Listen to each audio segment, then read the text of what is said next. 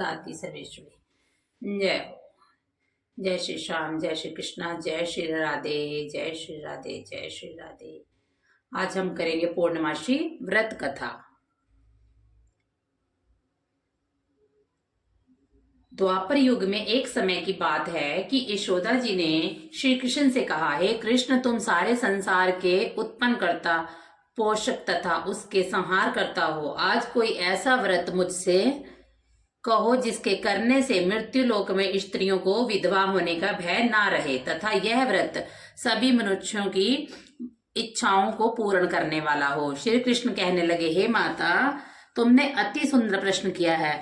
मैं तुमसे ऐसे ही व्रत का विस्तार पूर्वक कहता हूँ। सौभाग्य की प्राप्ति के लिए स्त्रियों को 32 पूर्णमासी का व्रत करना चाहिए। इस व्रत के करने से स्त्रियों को सौभाग्य संपत्ति मिलती है। यह व्रत अचल सौभाग्य देने वाला एवं भगवान शंकर के प्रति मनुष्य मात्र की भक्ति को बढ़ाने वाला है। यशोदा जी कहने लगी, हे कृष्ण, सर्वप्रथम इस व्रत को मृत्युलोक में किसने किया था, इसके विषय में सब विस्तार मुझसे कहो। श्री कृष्ण जी कहने लगे कि इस भूमंडल पर एक अत्यंत प्रसिद्ध राजा चंद्रहास से पालित अनेक प्रकार के रत्नों से परिपूर्ण कातिका नाम की एक नगरी थी। वहां धनेश्वर नाम का एक ब्राह्मण था और उसकी स्त्री अति सुशीला रूपवती नाम की थी। दोनों ही उस नगरी में बड़े प्रेम के साथ रहते थे।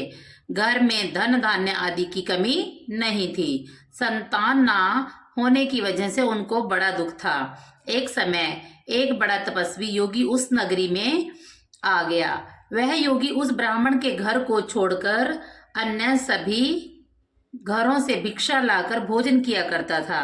वह योगी एक दिन रूपवती से भिक्षा ना लेकर किसी अन्य घर से भिक्षा लेकर गंगा के किनारे जाकर भिक्षान्न को प्रेम पूर्वक खा रहा था कि धनेश्वर ने योगी का यह सब कार्य किसी प्रकार से देख लिया।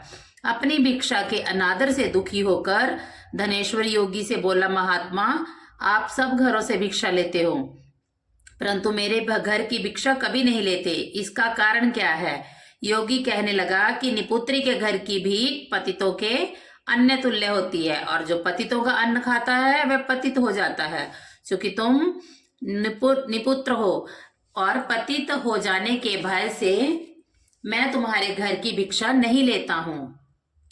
धनेश्वर यह बात सुनकर अपने मन में बहुत दुखी हुआ और हाथ जोड़कर योगी के पैरों पर गिर पड़ा तथा अंतर्भाव से कहने लगा, हे महाराज, यदि ऐसा है तो आप मुझको पुत्र प्राप्ति का उपाय बतलाएं। आप सर्वज्ञ हैं, मुझ पर अवश्य ही कृपा कीजिए। धन की मेरे घर में कोई कमी नहीं, परंतु मैं पुत्र ना होने के कारण अत्यंत दुखी हूँ। आप मेरे इस दुख को दूर करें। आप सर्वज्ञमान हैं।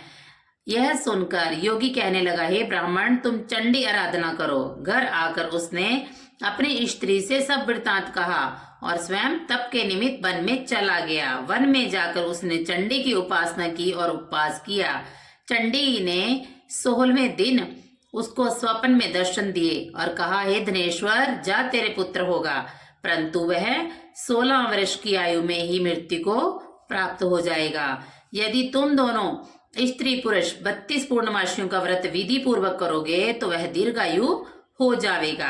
अपनी शक्ति सामर्थ्य के अनुसार आटे के दिए बनाकर शिव जी का पूजन करना, परंतु पूर्णमासी तो 32 हो जानी चाहिए। प्रातःकाल होने पर इस स्थान के समीप ही तुमको एक आम का वृक्ष दिखाई देगा। उस पर तुम चढ़कर एक फल तोड़कर शीघ्र अपने घर चले जाना। अपनी स्त्री से सब वृत्तांत कहना। ऋतु स्नान के पश्चात वह स्वच्छ होकर श्री शंकर जी का ध्यान करके उस फल को लेगी।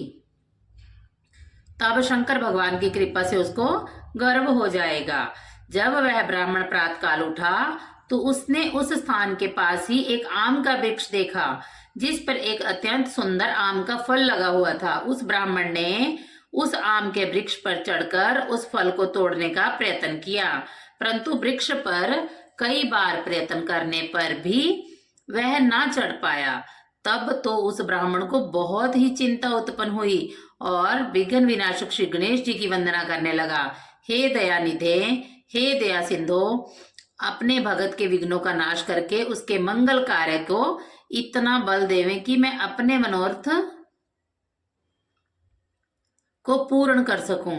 इस प्रकार गणेश जी की प्रार्थना करने पर उनकी कृपा से धनेश्वर वृक्ष पर चढ़ गया और उसने एक अति सुंदर आम का फल देखा। उसने सोचा कि जो वरदान से फल मिला है वह यही है और कोई फल दिखाई नहीं देता। उस धनेश्वर ब्राह्मण ने जल्दी से उस फल को तोड़कर अपनी स्त्री को लाकर दिया और उसकी स्त्री ने अपने पति के कथा अनुसार फल को खा लिया और वह गर्भवती हो गई। देवी जी की असीम कृपा से उसके एक अत्यंत सुंदर पुत्र उत्पन्न हुआ, जिसका नाम उन्होंने देवदास रखा।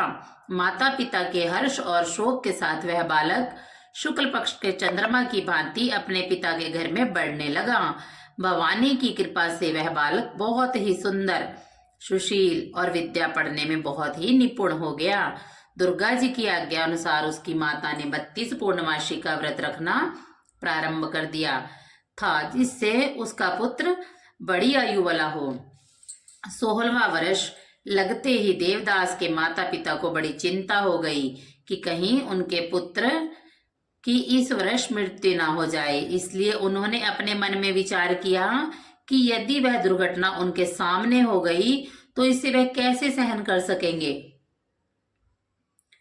आज तो उन्होंने देवदास के मामा को बुलाया और कहा कि हमारी इच्छा है कि देवदास 1 वर्ष तक काशी में जाकर विद्यापन करे और हमें उसको अकेला भी नहीं छोड़ना चाहते, इसलिए उसके साथ तुम चले जाओ। 1 वर्ष बाद उसको लौटा लाना।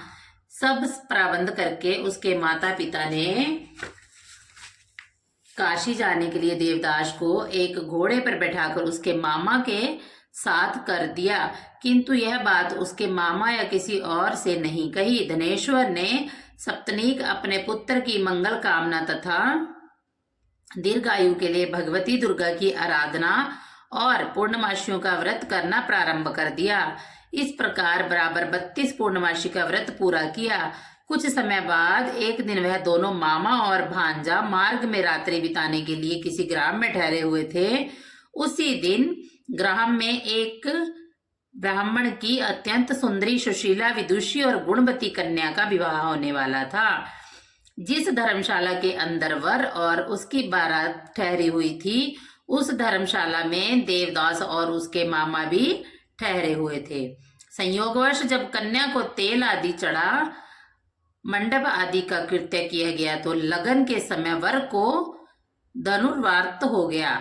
अस्तु वर के पिता ने उसके कुटुंबियों से परामर्श करके निश्चय किया कि यह देवदास मेरे पुत्र जैसा ही सुंदर है, इसके साथ ही लगन करवा दूं और बाद में विवाह के अन्य कार्य मेरे लड़के के साथ हो जाएंगे। ऐसा सोचकर देवदास के मामा से जाकर बोला कि तुम थोड़ी देर के लिए अपने भांजे को हमें दे दो, जिससे विवाह के लगन के सब कार्य सुचारू रूप से हो सके। तब उसका मामा कहने लगा कि जो कुछ भी मुदपूर्वक आदि कन्यादान के समय वर को मिलेगा वह सब हमें दे दिया जाए, तो वह मेरा भांजा इस बारात का दूल्हा बन जाएगा। यह बात उस वर के पिता को स्वीकार कर लेने पर उसने अपना भांजा वर बनाने को भेज दिया और उसके साथ विवाह कर सब रात्रि में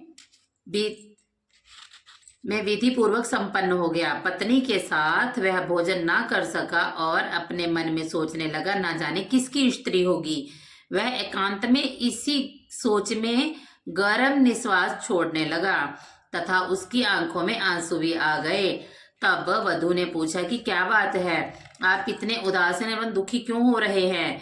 तब उसने सब बात जो वर के पिता उसके मामा से हुई थी उसको बतला दी। तब कन्या कहने लगी कि यह ब्रह्म विवाह के विपरीत कैसे हो सकता है। देव, ब्राह्मण और अग्नि के सामने मैंने आपको ही अपना पति बनाया है, इसलिए आप ही मेरे पति हैं। मैं आपकी ही पत्नी रहूंगी, किसी अन्य की कदापि नहीं। तब देवदास ने कहा, ऐसा मत करिए, क्योंकि मेरी आयु बहुत थोड़ी है। मेरे बाद आपकी क्या गति होगी, पहले इन बातों को अच्छी तरह विचार लो। परंतु वह दृढ़ इरादे वाली थी, बोली कि जो आपकी गति होगी वही मेरी गति होगी। हे स्वामिन, आप उठिए और भोजन करिए, आप निश्चय ही भूखे होंगे। इसके बाद देवदास और उसकी पत्नी ने भोजन किया तथा शेष रात्रि भर वे सोते रहे। प्रातःकाल 4 बजे देवदास ने अपनी पत्नी को 3 नगों से जुड़ी हुई एक अंगूठी दी, एक रुमाल दिया और बोला, हे प्रिय, इसे लो और संकेल समझकर स्थिर चित्त हो जाओ। मेरा मरण और जीवन जानने के लिए एक पुष्प वाटिका बना लो, उसमें सुगंधी वाली एक नव मलिका लगा लो, उसको प्रतिदिन जल से सींचो, आनंद के साथ खेलो कूदो तथा उत्सव मनाओ। जिस समय जिस दिन मेरा प्राणांत होगा तो ये फूल सूख जाएंगे, और जब ये फिर हरे हो जाएं तो जान लेना कि मैं जीवित हूँ। यह बात निश्चय करके समझ लेना, इससे कोई संशय नहीं है। यह समझाकर वह चला गया। प्रातःकाल होते ही वहां पर बाजे गाजे बजने लगे, और जिस समय विवाह के कार्य समाप्त करने के लिए वर तथा बाराती मंडप में आए, तब कन्या ने वर को भली प्रकार देखकर अपने पिता से कहा कि मेरा पति नहीं है, जिसके साथ रात्रि को मेरा पाणी ग्रहण हुआ था, इसके साथ मेरा विवाह नहीं हुआ। यदि यह वही है तो ये बताए कि मैंने इसको क्या दिया। मुदपूर्वक कन्यादान के समय जो मैंने आभूषण दिए थे उन्हें दिखावे, तथा रात में मैंने इसको क्या गुप्त बात कही थी वह सुनावे। पिता के अनेक कथा अनुसार वर को बुलवाया। कन्या की यह बातें सुनकर वह कहने लगा कि मैं कुछ नहीं जानता। इसके पश्चात लज्जित होकर वह अपना समूह लेकर चला गया, और सारी बारात भी अपमानित होकर वहां से लौट गई। श्री कृष्ण भगवान बोले, हे माता, इस प्रकार देवदास काशी विद्यान के लिए चला गया। जब कुछ समय बीत गया तो काल से प्रेरित होकर एक सर्प रात्रि के समय चारों ओर से विष की ज्वाला से विषाला हो गया, परंतु व्रतराज के प्रभाव से सर्प